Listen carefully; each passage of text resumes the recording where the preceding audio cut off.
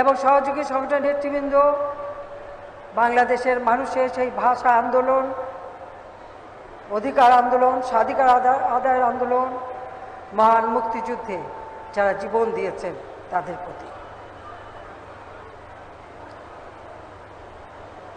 মহান আত্মত্যাগের মধ্য দিয়েই মহৎ অর্জন জাতির পিতা বঙ্গবন্ধু শেখ মুজিব বলেছিলেন।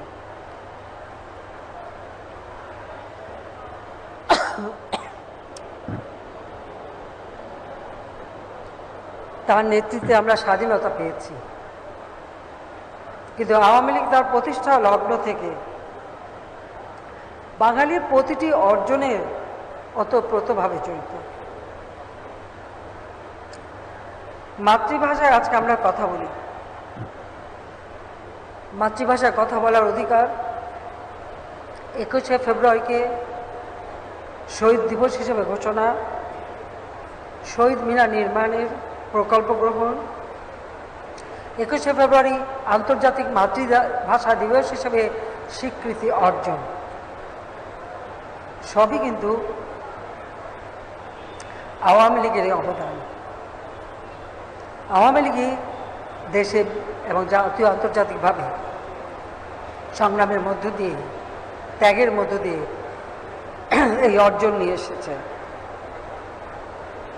জাতির পিতা প্রদত্ত 6 দফা আন্দোলন, 6 দফার ভিত্তিতে 70-এর নির্বাচন, সেই নির্বাচনে গোটা পাকিস্তানের জয়লাভ, ক্ষমতা হস্তান্তর না করার কারণে অসহযোগ আন্দোলনের ডাক, 71 সালে 7ই মার্চে সেই ঐতিহাসিক ভাষণ, যে ভাষণে জাতির পিতা বলেছিলেন, এবারের সংগ্রাম আমাদের মুক্তির সংগ্রাম, এবারের সংগ্রাম আমাদের স্বাধীনতা সংগ্রাম।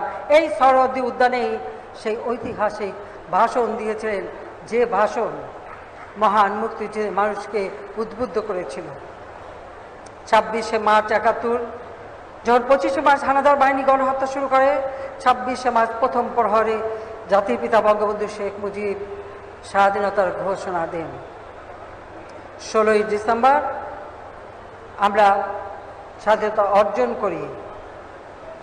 জাতির পিতা স্বাধীনতা ঘোষণা দেওয়ার পরে নির্বাচিত প্রাদেশিক এবং জাতীয় পরিষদের সদস্যরা তারা সরকার গঠন করে।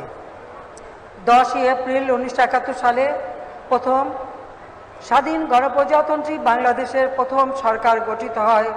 17ই এপ্রিল মুজিবনগরে সেই সরকার শপথ নেন। যেহেতু 26শে মার্চ জাতির পিতাকে স্বাধীনতার ঘোষণা দেওয়ার সাথে সাথে গ্রেপ্তার করে নিয়ে যাওয়া হয়,